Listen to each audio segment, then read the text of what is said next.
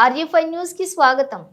గత ఉమ్మడి ఆంధ్రప్రదేశ్లో రైతుల పరిస్థితి అగమ్యగోచరంగా ఉండేదని, నీళ్లు లేక నిధులు లేక రైతులు ఆత్మహత్యలకు పాల్పడేవారని ఆయన అన్నారు. కానీ ప్రత్యేక తెలంగాణ రాష్ట్రం సాధించుకున్న తర్వాత పరిస్థితులు భిన్నంగా మారాయని ఆయన అన్నారు.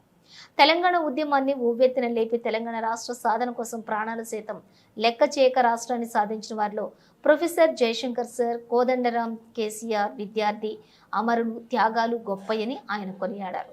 గతంలో రైతుల పరిస్థితిపై తన కళా నైపుణ్యాన్ని కూడా శాసనమండలిలో పాట ద్వారా వివరించారు.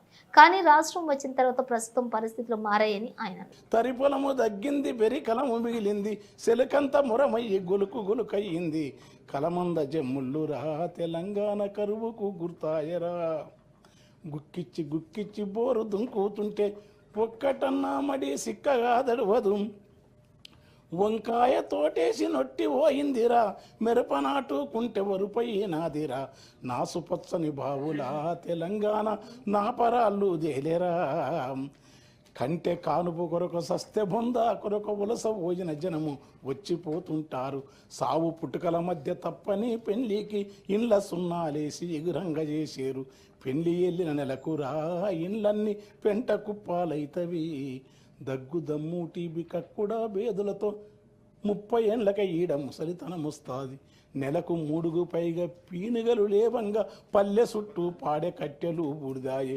ఇల్లు శోకాలతో తెలంగాణ తెల్లారిపోతుందిరా. అలాంటి ఉద్యమాన్ని కేసీఆర్, జయశంకర్, కోదండరాం సార్ మొదలుకొని తెలంగాణ మహాసభ ఉంది. ఇప్పుడున్న సార్ కూడా మంత్రి పదవి మనతో కలిసి పనిచేసినాడు, అనేక మంది కవులు. అది వచ్చిన తర్వాత ఆ రైతాంగం ఏ తీరుగా అంటే మొక్కస్తుంది కాదు, గలగల గల కాలువలల్ల మిలమిల సెందమామ చేతి కందినట్టు మనసెంతకొచ్చినట్టు, ఎంతలింత మార్పు ఏది కేసీఆర్ చూపే ఈ తూర్పు అని ఒక సూర్యకాంతి చూపినని రాసినాను నేను.